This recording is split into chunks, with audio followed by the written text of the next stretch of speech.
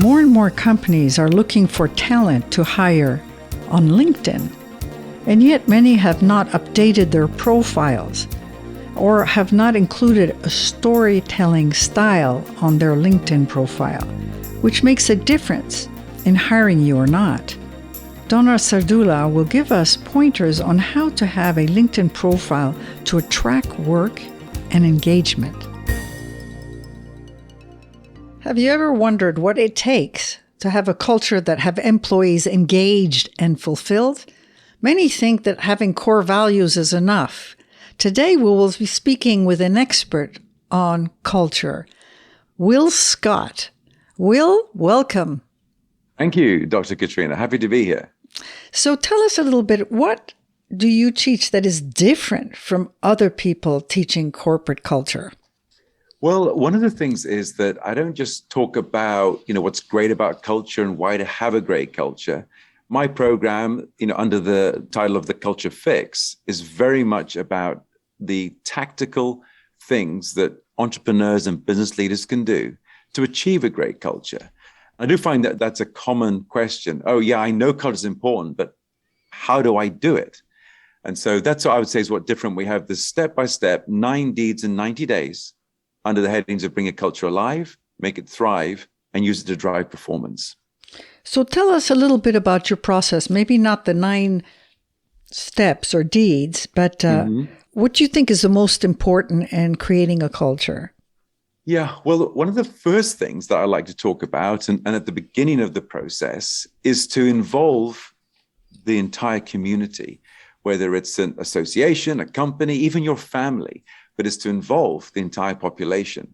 Most culture coaches, Katrina, teach establishing values in the boardroom or at the leadership team level, and then announcing to the rest of the company or the rest of the organization what those values are. And it's kind of a get on board or get left behind kind of a message. I teach completely the opposite, that we should be involving the entire population. And we do that in a manageable way by having anonymous surveys, a handful or a scattering of interviews of folks, and then working with a team that includes not just the leadership, but some culture champions from within the organization at all levels. And that team then moves forward, powered with that information from the surveys and interviews, to arrive at a cultural definition that everybody can feel a part of. And from there, we go into some of the other steps that I recommend. But that's how we get started. And that's one of the main differences in our program. So what kind of questions do you ask in a survey, for example, to get to the core of it? Well, for example, we ask how many of your core values can you name without looking? And in my experience, Katrina, only half the employees can name half the values at best. Often, none of the employees can name any of the values. So what use are they? So that's one of the questions. We also ask some other interesting questions, which are, all listed on my website and in my book, if anyone's interested. But questions like, if the company were a person, what kind of person would they be? And that's another way that we tease out what are the values within an organization, within the DNA. Very interesting. I like the idea. If it were a person, what would be the attributes, right? Yes. If the company were a person, what kind of person would they be? And that's when you might hear answers like, there'd be this angry, unforgiving person. Whoa, that tells you something about the culture. Or they would be this, this kind, gentle person that wants to change the world and that is very caring about the way they integrate with their employees and their customers. That's the sort of thing that we're looking for that tells us a lot about the personality of that company. So your example there that says, okay, you get feedback, they're angry, they're authoritarian. So where do you take it from there? Well, that's when we would go into, let's say we go to the next stage, which is like workshop mode, where we start seeing what are the positive values in the organization. And of course, those are the ones that we want to lift up and then curate some very specific words around what could define a great culture, one that people want to be a part of. To make that actually stick and work, we may have to look at where is the anger or the impatient part coming from, and look hard at that and maybe see how is that healthy, and is that something actually that we need to change about the organization. So it becomes pretty difficult if they see him as angry to change the culture, I imagine. Well, yeah, it usually involves unhiring some of the angry people, because that's not going to be effective for the organization. And of course, I just picked up on the angry as an example. It's not something we see a lot of in our work. No, I imagine, but it is interesting. If there is an issue, how do you address it? Yeah, well, of course, people talk about toxic cultures. I mean, and that is a very much still a real thing, in spite of the Great Resignation and people wanting to have an environment that retains and attracts great talent, which is, where a lot of our work comes in, is trying to counter that. So you're talking about attracting great people that will be champions of the culture. How do you select the champions of culture? Yeah, well, we do use the word champions for folks that are great representations of the culture within the company. And we like to very often make them a part of the recruitment or hiring team.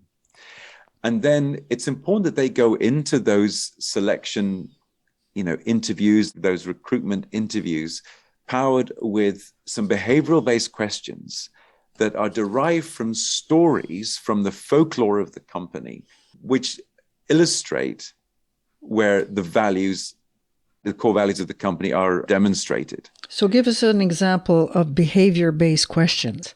So let's start with the first, which, there might be a story that comes from a shout out at the company town hall that says, hey, Mary saw Fred, helping out at 5:00 on a Friday, where we'd committed to a deadline and it wasn't complete. And I'd like to shout out, Mary wants to shout out Fred for that value of teamwork, or, let's use that as the example. Well, then we would write that story up that, 5:00 on a Friday, Mary was under pressure with a deadline, Fred helped out, and that was a great demonstration of our valued teamwork. And you might go into a bit more detail. Then you move that forward with a behavioral-based question for that candidate. Let's say it's 5:00 on a Friday, and there's a company deadline, but you're committed to meeting your friends on that evening at 5:30 or whatever. What do you do? How do you manage that situation when one of our values is teamwork? And you let the candidate answer that question. But then it's important that because it might be easy to game that answer, but then really dig into 4 or 5 times asking, well, how and why? And what makes you think like that? And why did you give that answer? And what would you say to your friends? And what feelings would you have making those uncomfortable decisions? And that's how you really get under the skin of and get beyond the pat answer to really understand, does that candidate you're interviewing represent the value of teamwork that you're looking for? And if you have 10 candidates and then you use the core score from the culture fix, the core score to apply a score to the alignment of that response to the question, then, 2 of the 10 will emerge based on a number of scores from within the company, because we don't want to just have one person interviewing candidates. We want several people to screen that candidate to see if they are aligned with the culture and the way things feel within the company. And you're going through that process, of course, because you're much more likely to have a successful hire, somebody who is aligned with the culture and who is going to be successful and actually thrive in that environment. So that's why we believe behavioral-based questions, and hopefully that's an example that's illustrative for your listeners around how we hire for alignment. And I prefer the word alignment to fit, but that's... So if I were to reformulate what you just said, you give them an example of a situation and ask them how they would react to that situation. In this case, it was they have a deadline for Friday. They have a party to go to Friday night, but they need to get this deadline. How would they react? How would they feel? What would they think? And that's what you mean. Is that correct? Yes. Mm-hmm. Yes. And you have one right answer, right? One right answer is the one that actually happened in the company. That's why we begin with a story that is a great example of what we mean by that value, in this case, teamwork, in that company. That's one right answer. I see. Mm-hmm. Yeah. Interesting. So you really put them in the case and see how they react. Yes. And then dig, like I said, around how does it make them feel? What would they say? And those kinds of things. So it becomes very concrete. Well, ultimately, yes. And of course, the people doing this kind of screening get really good at it after a while. And so I really encourage them to be taking notes doing this. So the 10 candidates, they've got their 5 behavioral-based questions representing each of the values, and they absolutely record the answers and come back and look at those as a team afterwards, as the internal team, and compare and contrast, get really good at it. And then you can increase your chances of success enormously by hiring folks that are aligned with culture. And I want to just add that when I say aligned, I do believe it's possible to have, because there's some counter arguments to this, but I believe that it's absolutely possible to screen folks for alignment with values, but those people can still represent all the diversity of humans on the planet. And it doesn't mean we're hiring people that are like us. Yes, absolutely. And this is assuming that they have the expertise for the particular job. Yes, that's true. Of course, that is a part of it. But in a lot of cases, Katrina, I believe it's possible to hire people that are aligned with the culture, not necessarily experienced or in a specific role, but we can train that. And it's better that way around than bringing somebody in who is technically expert, but not a cultural fit. Because that is not, there are cases, but that is a lot harder to train. So it's like the attitude you can't change, but you can increase the competence. So when you hire someone, if they have the right attitude, the right alignment to the culture, they can develop the competencies. Okay. Right. Yeah. Okay. So how do you measure culture? Give us some indication that you do a survey, that you have this behavior-based questioning to evaluate new hires. Is there anything else? Yes. So thank you for asking about measurement. And going back to the survey, that's one of the questions we asked too. And we use the NPS scale for measuring this. What's the NPS score? Some of our... Yeah, that's right. NPS stands for Net Promoter Score. And it's a very popular tool now to be used in surveys. And it has a specific way of scoring the responses around things like promoters, passives, and detractors. And it's probably a little complicated to go into the whole part of it right now, but survey tools will make this easy for your listeners if they want to try this with their team. And you could ask a question like, on a scale of 1 to 10, what score would you give our company for having a great culture? And on a scale of 1 to 10, would you unreservedly recommend working at our company to your best friend? And the way people assign a number to that comes up with an NPS score. And so that's a measurement at a point in time. And then we like to come back and do that. To implement the 9 deeds in 90 days, Katrina takes, of course, naturally about 90 days. So let's say 3 to 4 months by the time you have the bookends of kicking off and finishing. And we like to measure that. And you can absolutely see tremendous increase in the score from your population as a result of implementing the 9 deeds in 90 days. We'll often see scores go from the sort of 50s, which is actually not a bad score on the NPS scale because it's a very unforgiving scale, but you could see that going up to as high as 80s and even 90s, which is super rewarding that you can not only measure culture, to your question, but you can change the culture that quickly. And you can track the changes. And track it, yes. And there are other measurements that we have too, but those are just 2 good examples of showing that you can measure culture, even though a lot of folks would say you can't measure culture. Interesting. So also tell us what you do when you work with companies to bring the culture alive and make it thrive. Yes, thank you. So yes, we like to say, in fact, that's a subtitle for the book, is Bring a Culture Alive, Make It Thrive, and Use it to Drive Performance. So the big pieces of that, without going into all of the 9 deeds, the big pieces of that in the Bring Them Alive part, we like to move from the surveys through the workshops to maybe arrive at a refresh of the cultural definition that has really specific, engaging words that are drawing on maybe some lingo or some, from the company, phrases that people use. So I like to use observation and things like that. And this, in a multicultural company, this might arrive at having some words from different languages in the cultural definition. And the goal is, under the Alive, is to make the words really specific, personal, meaningful, and ones that people are just going to be nodding and saying, yeah, that's us. That's what we're looking for in the Alive part. When we move to the Thrive now, we want to make sure those words are displayed in an exciting way, which means with images, with graphics, maybe even we have things like theme songs and videos and tapping all the arts. Maybe there's murals in the offices, but tap all the arts because we want to tap all the senses to really make sure that those values are now thriving. And remember, Katrina, 65% of us are visual learners, and picture tells 1,000 words.